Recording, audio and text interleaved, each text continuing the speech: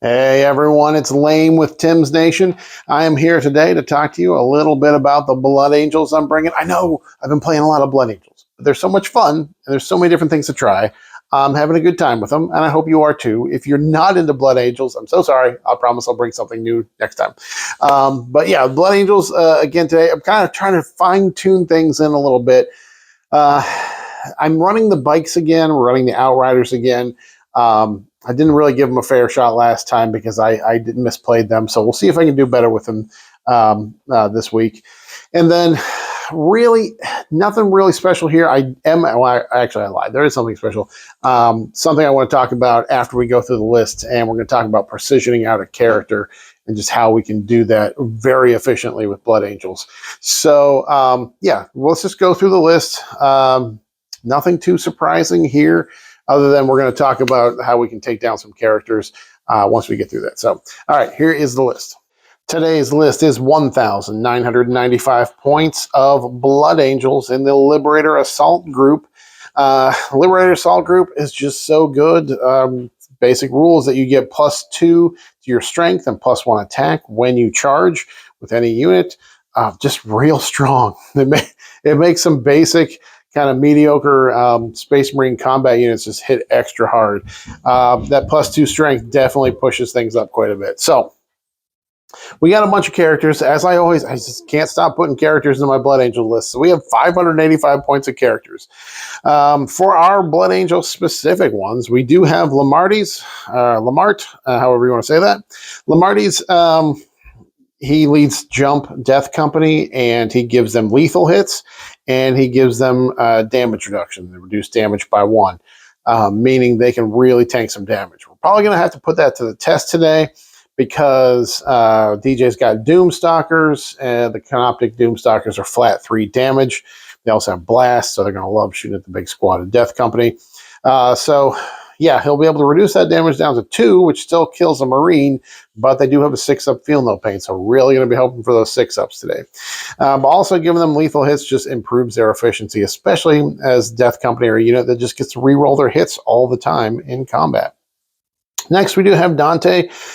Man, Dante is expensive at 130 points, and I'm honestly considering just taking him solo and trying him by himself at sometimes, because on the charge he gets 9 attacks, so just a ton of attacks. But taking him with the Sanguinary Guard just gives them so many buffs. The fact that he gives them +1 to hit, both in shooting and fighting, +1 advance, +1 charge, just increases their threat range so much, especially because we do have an advance and charge strat. And he himself just puts out so many attacks. Also, I keep forgetting that he does, at the start of the fight phase, all enemy units within 60 to take a battle shock test. I got to remember that. It definitely can be relevant sometimes, especially if I'm trying to take an objective or if someone has a defensive strat. Yeah, but in combat, this guy gets 8 attacks. So on the charge, it'll be 9. It's at strength 8.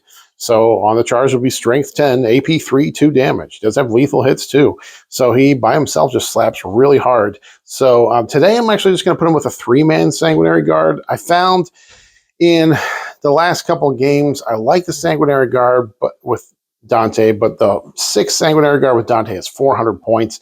And there have been several games where they've just kind of gotten out of position, and it's just a whole lot of points that are sitting somewhere and not doing a whole lot of work. So we're trying with a smaller unit today. See how I like that. Next characters, we do have a couple of Chaplains. We have a Chaplain on a bike. He's going to be leading the Outriders today. He gives his unit obviously +1 to wound in combat, but also when his unit shoots, he picks a target within 12 inches of him, and all his shooting attacks from his unit get devastating wounds.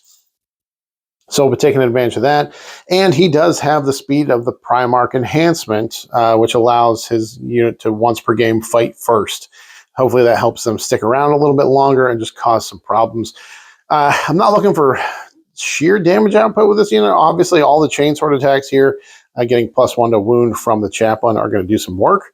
But really, they're just to tie up my opponents and kind of slow them down from scoring, slow them down from moving, blocking their movement. So we'll see how that works today. I know Necrons can move quite a bit and have lots of ways of flying over me, so we'll see if I can block them out.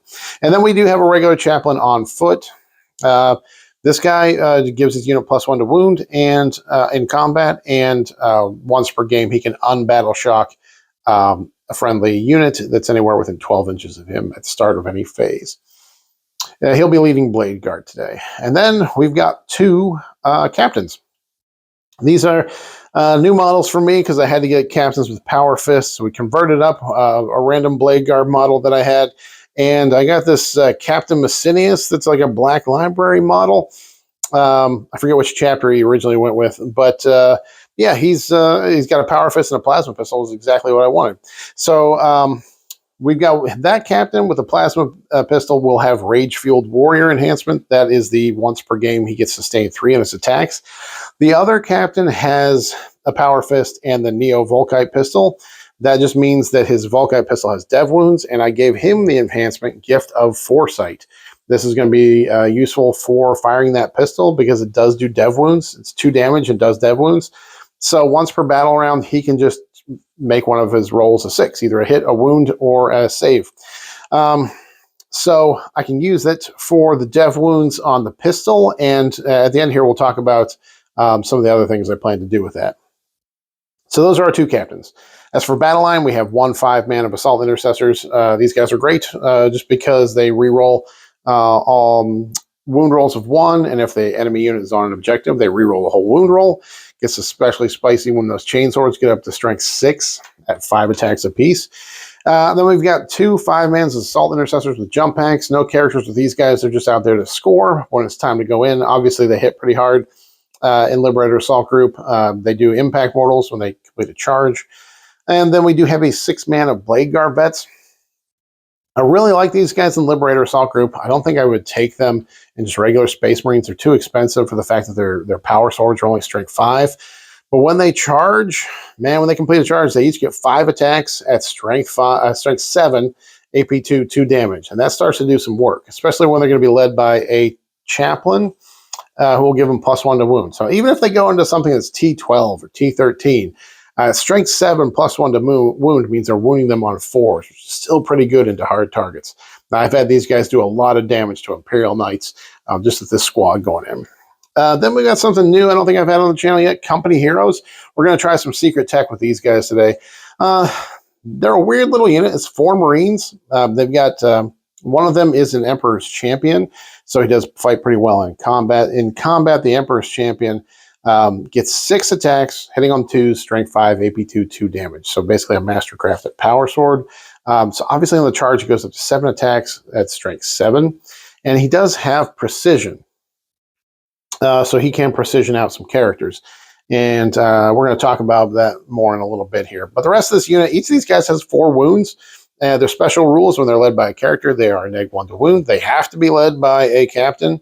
That's the rules. They must be led by a captain. If they're not led, they just are destroyed. And there's a hilarious heavy bolter in this unit. They have a mastercrafted heavy bolter. So it's 3 shots. It hits on 3s. It's heavy. So if you stand still, it hits on 2s. Sustained 2, strength 5, AP1, flat 3 damage. I don't know why, guys. It's just a crazy good heavy bolter. Yeah, but they'll be, and they have 4 wounds apiece. Now, in Blood Angels, these guys are really good because obviously the Emperor's Champion slaps really hard in Blood Angels, but the rest of the guys just have a basic close combat weapon. The thing is, because they are these veterans, these company heroes, their basic close combat weapon, they get 5 attacks apiece. It's only strength 4, AP0, 1 damage, but Liberator Assault Group, when they charge, they're going to get 6 attacks apiece, strength 6, AP0, 0, 1 damage. So they can put out a lot of attacks with this small squad. Next, we do have, let me see here. We got the Death Company. Death Company with jump packs. I love these guys. I haven't played around with 5-mans yet, but when we're taking Lemartes, you just get that extra value by taking a 10-man. So the jump pack Death Company, of course, they always re-roll their hits in combat. They're led by Lemartes, so they don't have to worry about the Chaplain thing. They do re-roll their charge rolls for free, and in this unit we have 3 guys with power fists, 2 guys with eviscerators. We got 2 infernal pistols and 2 plasma pistols, so a lot going on here. Next, we got the Outriders. The Outriders, yeah, the idea with the Outriders is that they auto-advance 6, and we do have an advance and charge strat. So I can put them out there on the line, and I can auto-advance them 6. and use the advance and charge strat. So they can go really far, and with the Chaplain, they can hit pretty hard. But the idea is there's just a lot of wounds in this unit. It actually does proc Call the Horde secondary. There's 6 bikes at 4 wounds apiece. That's 24, but you add in the ATV, and then it's up to 32 wounds because the ATV is 8 wounds. So it does, if someone pulls Call the Horde, and I have this, they've got to keep it because it's active, which can be good or bad. It can be tricky for them to kill this unit, or if they've already whittled it down to a later point in the game, they can score it by finishing it off. So we'll see if it comes up today. But yeah, it's just a lot of chainswords. And again, all their guns will get dev wounds when shooting at a target spotted by the Chaplain. I put a multi-melta on the ATV today because I think it's hilarious that the multi-melta will have dev wounds. If I roll a 6 on that multi-melta for its wound roll, I'm going to be real happy to see that go right on through those invuln saves. But yeah, we'll give them one more shot today. The idea is that they get out there and they block my opponent by just being a big, huge nuisance. And the fight first being on the bike Chaplain means they have to shoot him, because if they try to charge this unit, they're going to get fought first. Then we do have a little 3-man Sanguinary Guard. Trying the 3-man today instead of the 6. I feel like the 6 is just too big. So the 3-man Sanguinary Guard, their swords are really good. They have the Encarmine swords, 4 attacks apiece at strength 6, AP3, 2 damage. I love the AP3. Real hard to find AP3 in the Space Marine Codex in terms of close combat weapons, so glad to see that. So obviously on the charge, they get 5 attacks at strength 8. They normally hit on 3s, but when led by Dante, they hit on 2s. And then their special rules are they're neg 1 to hit in combat, neg 1 to wound in combat if they are led by a character. So, yeah, we'll see how they do today in the smaller unit. And then finally, we do have a Land Raider. I love my Land Raiders of Doom. Today we are doing the Redeemer. So this is the one with all the flamers on it. I decided I want to try the Redeemer just because it's a great Overwatch threat, and just the volume of those flamer attacks. AP2, ignoring cover, 2 damage. It's kind of a big deal. So we'll see how that plays today. I'll be launching the Sanguinary Guard out of there, and then as soon as they get out, the Blade Guard vets and the Assault Intercessors will hop on in there. That is the list. All right, today's fun little bit of tech is the company heroes being led by a captain. As I said, I didn't realize before, but the company champion inside the company heroes, the Emperor's champion inside the company heroes, he has 6 attacks, strength 5, AP2, 2 damage. He hits on 2, so he's pretty consistent with hitting, and he does have precision. Now, precision in combat, I usually don't really care about. It's usually not enough attacks for me to feel like it's going to make a difference. If you have a higher toughness, like T5 or T6 unit, even if you're trying to precision out that character, if a strength 5 power sword is going in there, the odds of you wounding are not that great. So it's usually not even worth it. It's usually more efficient to just kill some of the dudes in the unit rather than killing the character. You're going to be more productive, get rid of its damage output that way, unless you're really trying to go for Assassinate or something.